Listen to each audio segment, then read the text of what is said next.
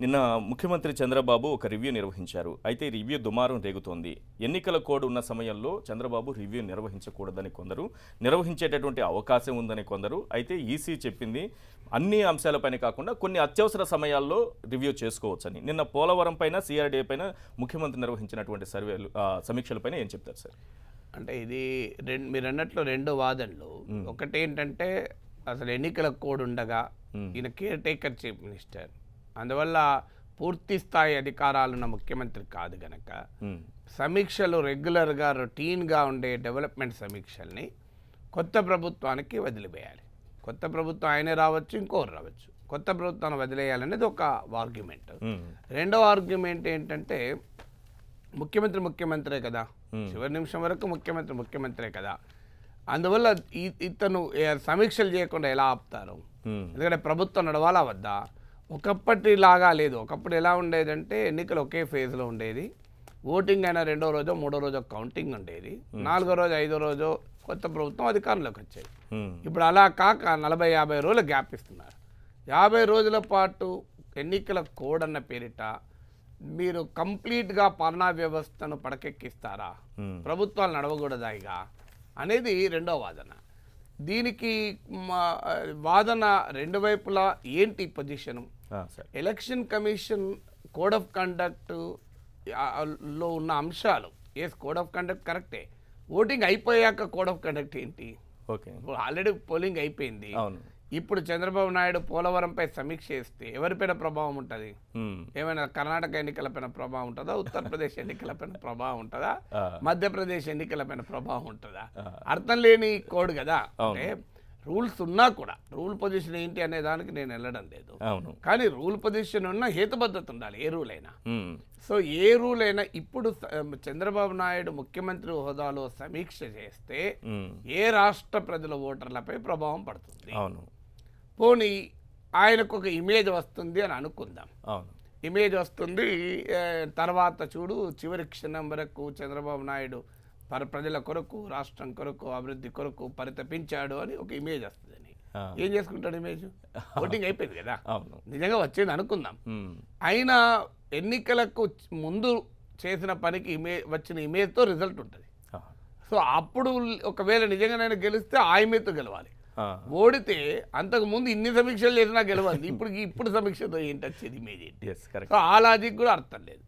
అందువల్ల ఏ లాజిక్ రీత్యా చేసినా ముఖ్యమంత్రిని అసలు సమీక్షలే చేయొద్దు, ఏమీ చేయకూడదు అనేది కరెక్ట్ కాదు. అయితే ఇందులో ఒక డైమెన్షన్ ఉంది. ఇప్పుడు ఇంతకుముందు మీరు చదివిన సాక్షి పత్రికలు కూడా వార్త వచ్చింది. సాక్షిలో వచ్చిందని మనం ప్రామాణికం కాదు, కానీ ఒక పాసిబిలిటీ మాత్రం క్వశ్చన్ చేయలేం.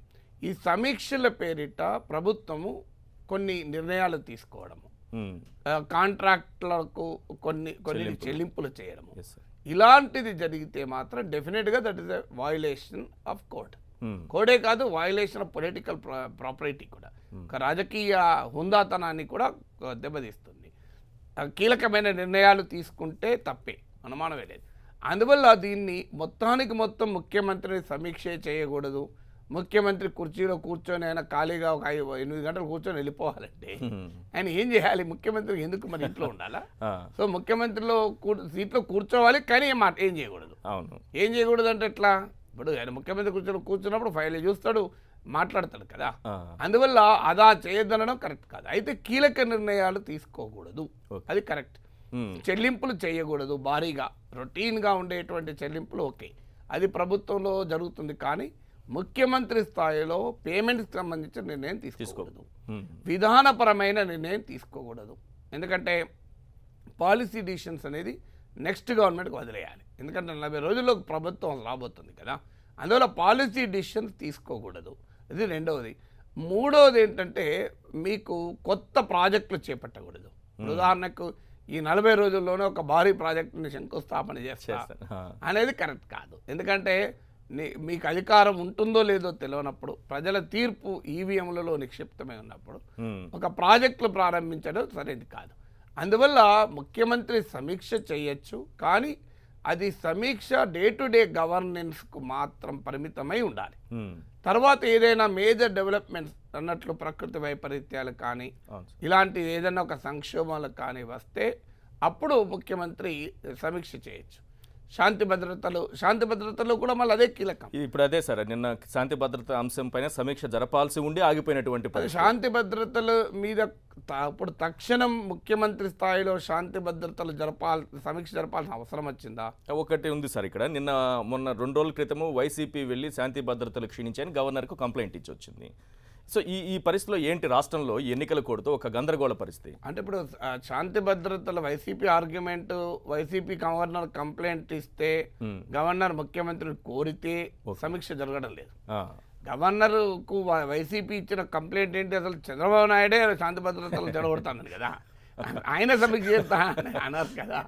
సో అందువల్ల ఫండమెంటల్ పాయింట్ ఇప్పుడు ఒకవైపు major law and order problem మేము ఆంధ్రప్రదేశ్లో లేదు, పోలింగ్ డే రోజు తర్వాత లేదు. అంటే లోకల్ ఎస్పీలు, ఐజీలు, డిఐజీలు, డీజీపీలు సమీక్ష చేసి కంట్రోల్ చేయలేని లా అండ్ ఆర్డర్ ప్రాబ్లం ఆంధ్రప్రదేశ్లో లేదు కదా. మరి లేనప్పుడు ముఖ్యమంత్రి స్థాయిలో శాంతి భద్రతల సమీక్ష చేయాల్సిన అవసరం ఏముండదు. అందువల్ల దీంట్లో రూల్ పొజిషన్ ఏదన్నా ముఖ్యమంత్రి కొంత పొలిటికల్ ప్రాపర్టీని ఫాలో కావాలి, ఎన్నికల కమిషన్ కూడా కొంత హుందాతనాన్ని, ప్రతిదానికి ముఖ్యమంత్రిని కూర్చొని ఖాళీగా ఉండమనడం కరెక్ట్ కాదు. ముఖ్యమంత్రి కూడా కొంత లక్ష్మణ రేఖ గీసుకోవాలి. ఇప్పుడు నేనేం చేయాలి, ఇప్పుడు ఏదైతే ఈ 40 రోజులు కూడా ఆగలేమో వాటిని సమీక్ష చేయాలి. ఈ 40 రోజుల్లో సమీక్ష చేయకపోతే ప్రమాదం ఉంటుంది. ఈ 40 రోజుల్లో ముఖ్యమంత్రి స్థాయిలో సమీక్ష చేయకపోతే ప్రమాదం ఉంటుంది అని అనుకున్నారనుకోండి, దానిపైన ఖచ్చితంగా చేయాలి. ఇప్పుడు ఉదాహరణకు జూన్ 1st వీక్లో మాన్సూన్ వస్తుంది. మాన్సూన్ మేనేజ్మెంట్ ఏం చేయాలి, ఋతుపవన నిర్వహణ అంటే వర్షాలు ఆలస్యమైతే ఏం చేయాలి, ప్రత్యామ్నాయ పంటలు ఏమి వేయాలి, అలాగే ఈ సీజన్లో ప్రీ మాన్సూన్ మెజర్స్ ఉంటాయి, చెరువులకు గళ్ళు పూడ్చడము, కాలువలకు మరమ్మతులు చేయడము, ఇదంతా మేలో చేయాలి. ప్రీ మాన్సూన్ మెజర్స్ అనేది, ఒకవేళ ఏమన్నా కరువు వస్తే కంటింజెన్సీ ప్లాన్ ఏంటి, ఇవన్నీ చేయాలి. కానీ ఆ పని ఎక్కడ సమీక్ష నెట్టలేదు, ఎందుకంటే ఇది ఆగలేరు. ఎందుకంటే May 23rd రిజల్ట్స్ వస్తాయి, మీకు ప్రభుత్వం ఏర్పాటు చేసే వరకు May ఎండింగ్ అవుతుంది. సో జూన్ 1st వీక్లో జూన్లో మనకు మాన్సూన్ రావాలి, రాలేదనుకోండి ప్రజలకు నష్టం జరుగుతుంది. సో ఆ రకమైన సమీక్ష చేయాలి. కానీ ఆ సమీక్ష జరగకుండా కాంట్రవర్షియల్ సబ్జెక్ట్స్లోకి వెళ్ళి సమీక్ష చేసేటువంటి పని, ఇప్పుడు పోలవరం ఒక సమీక్ష, పోలవరంకి ఈ 40 రోజుల్లో సమీక్ష చేయకపోతే పోలవరం నిర్మాణం ఆగిపోయి ఆడేమైనా డ్యామ్ కొట్టుకుపోయేది ఉండదు కదా. సో అందువల్ల ఇది సీఎం ఒక లక్ష్మణ రేఖ గీసుకోవాలి, ఎన్నికల కమిషన్ ఒక హుందాతనాన్ని ప్రదర్శించాలి. ఇప్పుడు సమస్య ఏంటంటే ప్రతిదాన్ని మనం వివాదం చేయాలనుకుంటే చేయొచ్చు, చేయాల్సిన అవసరం లేదనుకుంటే చేయలేము. ఇప్పుడు CRDA సమీక్ష చేశారు, CRDA సమీక్ష అర్జెంటుగా ఈ 30 రోజుల్లో 40 రోజుల్లో సమీక్ష చేయకపోతే రాజధాని నిర్మాణం 5 ఏళ్ళు జరగంది, ఇప్పుడు ఏమైనా ప్రపంచం మునుగుతుందా? అందువల్ల ముఖ్యమంత్రిని ఏ సమీక్ష చేయకూడదు, నీవు only care taker chief minister, రోజు ఉదయాన్నే టిఫిన్ చేసి వచ్చి కుర్చీలో కూర్చొని మధ్యాహ్నం లంచ్కి వెళ్ళి సాయంత్రం టీ దాకా వెళ్ళిపో అంటే కరెక్ట్ కాదు. మరి ఆయన ముఖ్యమంత్రి ఎందుకు కూర్చోవాలి, ఆయన ఎందుకు కూర్చోవాలి? మరి ఈ 40 రోజులు కూడా సపరేట్గా ఆయన లీవ్ ఇచ్చేసి మీరు ఏదన్నా ఇంకో గవర్నర్ పాలన పెట్టండి. ఇక మరి ఇక ముఖ్యమంత్రి సీట్లో కూర్చొని ఆయన పనిచేయద్దంటే కరెక్ట్ కాదు. కానీ అదే సమయంలో ఒక అవసరం లేని సమీక్షలు 40 రోజుల్లో ఆగి కొత్త ప్రభుత్వం చేసుకోగలిగే సమీక్షలు ఉంటాయి, దాన్ని చేయొచ్చు. రొటీన్ గవర్నెన్స్కి సంబంధించిన పనులు చేయొచ్చు, సో ఏదైతే నన్ను ఇంతకుముందు చెప్పినట్టు 40 రోజులు ఆగలేం, డెఫినెట్గా వాటిపైన సమీక్ష చేయాలి. ఇప్పుడు లా అండ్ ఆర్డర్ కూడా నిజంగానే ఎక్కడన్నా రాష్ట్ర వ్యాపితంగా పోస్ట్ పోల్ వైలెన్స్ కూడా పెద్ద ఎత్తున జరిగి తీవ్రమైన సమస్య వస్తే ఖచ్చితంగా లా అండ్ ఆర్డర్ కూడా చేయాలి. ఎందుకంటే లా అండ్ ఆర్డర్ నువ్వు 40 రోజుల దాకా ఆగలేవు కదా.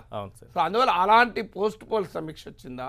ఇప్పుడు ఉదాహరణకు రివర్ వాటర్ మేనేజ్మెంట్ ఉంటుంది, మీకు కృష్ణా గోదావరి నదులలో నీటి మట్టాలు బాగా తగ్గాయి, రిజర్వాయర్లు అతి లో స్థాయికి పడిపోయాయి. సో అందువల్ల ఇది ఇతర స్టేట్ల దీన్ని సమీక్షించాలి, ఎందుకంటే water release even drinking water కూడా కష్టమయ్యే ప్రమాదం ఉంది. ఈ సమీక్ష ఎక్కడ జరిగినట్లేదు. సమీక్ష ఎత్తుకోవడమే పోలవరం CRDA హోంశాఖతో మొదలైంది, అక్కడ గందరగోళమైంది. సో అగ్రికల్చర్ శాఖతో మొదలై ఉండాల్సి ఉండే. మాన్సూన్ మేనేజ్మెంట్ ఒకటి, రివర్ వాటర్ రిజర్వాయర్లో వాటర్ తగ్గడం, గ్రౌండ్ వాటర్ లెవెల్స్ పైన ఒకటి, అలాగే ఇలాంటి వాటిపైన ఇప్పుడు సంక్షేమ పథకాలు కొత్తగా లాంచ్ చేస్తున్న సమీక్ష చేస్తుంటే కరెక్ట్ కాదు కదా, కొత్త ప్రభుత్వాన్ని వదిలేయాలి. అందువల్ల ఈ రాజకీయ హుందాతనాన్ని ఇరువైపులా ప్రదర్శించాలి. ఉమ్, ఒకవేళ సమీక్షలు చేసినా దాన్ని ఒక పబ్లిసిటీ వచ్చేలా మీడియా గ్లేర్లో పెద్ద ఎత్తున అడావుడి చేసి సమీక్షలు ఎందుకు చేయాలి? అవును. అందువల్ల అలా చేసినప్పుడు విమర్శలు వస్తాయి. సమీక్షలు ముఖ్యమంత్రి చైర్లో కూర్చొని ప్రశాంతంగా కూడా సమీక్షలు చేయొచ్చు. ఉమ్, సో అది ఎక్కడ డీజీపీని వాళ్ళను చీఫ్ సెక్రటరీని అందరినీ పిలిచి హడావుడు మీడియా అందరినీ పిలిచి నేను సమీక్ష చేస్తున్నా అనే వాతావరణం వచ్చే వరకు ప్రత్యర్థుల నుంచి మొదలవుతాయి. ఇప్పుడు నువ్వు ఎంతకాలం ఉంటావా అని గొడవ మొదలవుతుంది. ఉండడా ప్రజలు తేల్చుకుంటారు. అందువల్ల ఏ సమీక్ష చేయాలి, ఎప్పుడు చేయాలి, ఎందుకు చేయాలి, ఎంత మేరకు చేయాలి, ఏది కొత్త ప్రభుత్వానికి వదిలేయాలి, ఏది ఈ ప్రభుత్వం చేయాలి, తక్షణ ప్రజల అవసరాలేంటి, ఇలాంటి అన్నిటి ప్రాతిపదిక పైన కేస్ టు కేస్ డిసిషన్స్ ఉంటాయి తప్ప అది మొత్తానికి మొత్తం సమీక్ష చేయాలా వద్దా అనే చర్చ జరిపితే అర్థం లేదు. తర్వాత ఏదైనా స్పెసిఫిక్ కేస్ టు కేస్ సమీక్షను దుర్వినియోగం చేసుకున్నారనుకోండి, ఇప్పుడు ఇంతకుముందు చెప్పినట్లు సమీక్ష ద్వారా ఏమైనా కాంట్రాక్ట్లకు చెల్లింపులు అలా కూడా జరగచ్చు. ఇప్పుడు మీకు అటల్ బిహారీ వాజ్పేయి ప్రభుత్వం 18 రోజులు అధికారంలో ఉన్న తర్వాత 96లో అనుకుంటాను అవిశ్వాస తీర్మానం పెట్టారు. అన్ని రాజకీయ పార్టీలు వ్యతిరేకించాయి. ఇక క్లియర్గా నెంబర్స్ కనబడుతున్నాయి ఓడిపోతారని. ఆ టైంలో లంచ్ బ్రేక్ ఇచ్చారు. లంచ్ తర్వాత మళ్ళీ ఓటింగ్ జరగాలి. అప్పుడు లంచ్ కన్నా ముందు చర్చ జరిగింది. చర్చలో అన్ని పార్టీలు వ్యతిరేకించే clear numbers against Vajpayee government. Vajpayee ప్రభుత్వం పడిపోతే అందరికీ తెలుసు. అప్పుడు లంచ్ టైంలో క్యాబినెట్ సమావేశమై ఎన్రాన్ మహారాష్ట్రను ఆర్థికంగా ముంచేసినటువంటి బహుళజాతి సంస్థ ఈ ఎన్రాన్కు అనుమతులు ఇచ్చేదాన్ని ఫైల్ పైన సంతకాలు పెట్టాడు వాజ్పేయి. వాజ్పేయి లాంటి స్థాయిలో ఉన్న వ్యక్తి. సో అది ఎట్టి పరిస్థితులలో కరెక్ట్ కాదు కదా. నువ్వు ఓడిపోతున్నావు అని తెలిసి నీకు అవిశ్వాస తీర్మానం టైంలో లంచ్లో కూర్చొని క్లియరెన్స్ చేస్తే ఫైల్ ఏ రాజకీయ హుందాతనాన్ని అంటే వాజ్పేయి లాంటి నాయకుడు unbecoming of leader of that stature కదా. సో అంటే ఆయన పైన ఉన్న ఒత్తిళ్ళు అలాంటివి. సో అందువల్ల ఈ టైంలోనే కొన్ని ఫైల్ నేను ఎందుకు ఈ ఎగ్జాంపుల్ చెప్పానంటే వాజ్పేయిని వ్యక్తిగతంగా కరప్ట్ అని ఎవరు అన్నారు కదా, ఫెయిర్లీ జెంటిల్మెన్, నేను కూడా కలిశాను, మంచి ప్రత్యర్థులు కూడా గౌరవించే రాజకీయ నాయకుడు. కానీ ఆయన పైన ఎంతో తీవ్రమైన ఒత్తిడి ఉంటుంది. వాజ్పేయి ఒక సీజన్ పార్లమెంటేరియన్, దశాబ్దాల పాటు పార్లమెంట్లో ఉన్న ఆయనకు తెలియదా ఇది పద్ధతి కాదు అని తెలిసి కూడా ఆయన ఒత్తిడికి గురై ఆ పని చేశారు.